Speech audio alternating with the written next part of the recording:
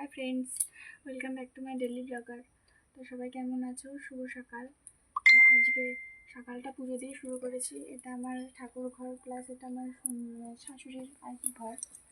তো এটা আমার ঠাকুর, এখানে একটা গুরুদেব বসা আর ওইখানে গুরুদেব বসা, মানে এই ঠাকুরের দীক্ষিত আমার শ্বশুর শাশুড়ি, এই শ্রীগুরু ঠাকুরের। আর এই অনুকূল ঠাকুরের দীক্ষিত আমি আর আমার স্বামী, কারণ আমার আগে থাকতে নেওয়া ছিল। তো যাই হোক, আমি সকালটা স্নান টান করে নিয়েছি, পুজো দেব। তো সকালবেলা স্নান পুজোটা করলে মানে আমার অন্তত তাড়াতাড়ি কাজ হয়ে যায়, আমার মনে হয় আর কি। তো পুজোটা দিয়ে নিই।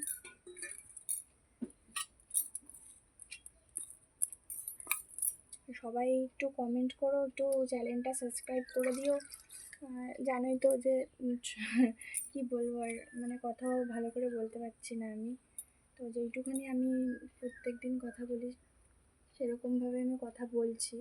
তো যদি ভিডিওটা ভালো লেগে থাকে অবশ্যই চ্যানেলটা সাবস্ক্রাইব করে দিও, আর পাশে থেকেও কমেন্ট করে জানিও যদি আমার কোনো ভুল হয়ে থাকে বা কিছু। জানি অবশ্যই অনেক ভুল হবে বা হচ্ছে, তো তোমরা নিজের মনে করে একটুখানি প্লিজ পাশে থেকো, ঠিক আছে?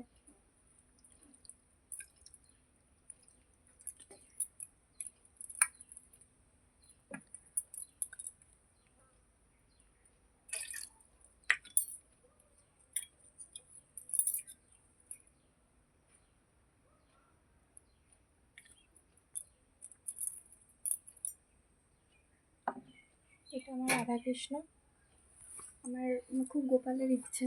তো আমি রাধাকৃষ্ণকে গোপালের মতন আমি দেখি, মানে 3 বেলা সেবা দিতে পারি না ঠিকই, কিন্তু এর বস্ত্র পাল্টানো, স্নান করানো, সমস্ত কিছু আমি প্রত্যেক দিনটা করি, যতটা পারি চেষ্টা করি করার।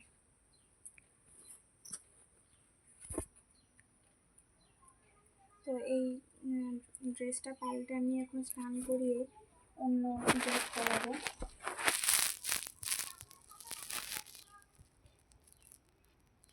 প্রত্যেকদিন রান্নাঘর থেকে শুরু হয় ব্লগটা, আজকে আমার ঠাকুরের সামনে থেকে শুরু হলো।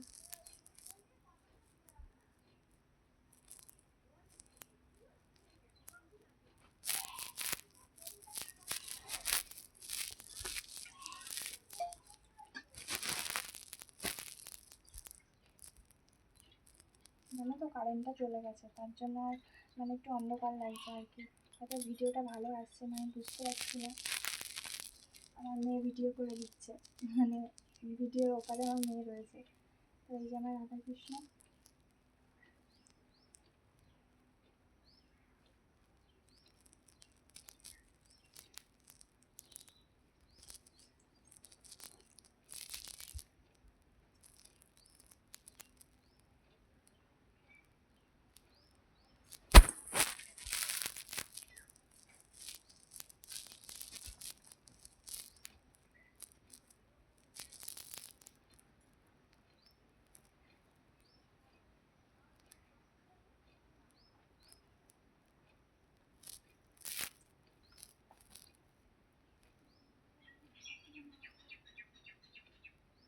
কার কার বাড়ি এরকম রাধাকৃষ্ণ আছে, মানে পেতলের, কমেন্ট করে জানিও।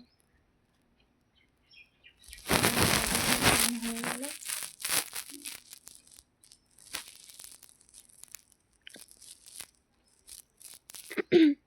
যাই হোক বন্ধুরা, আজকের মতন টাটা, আবার কালকে অন্য কোনো ব্লগ নিয়ে আসছি।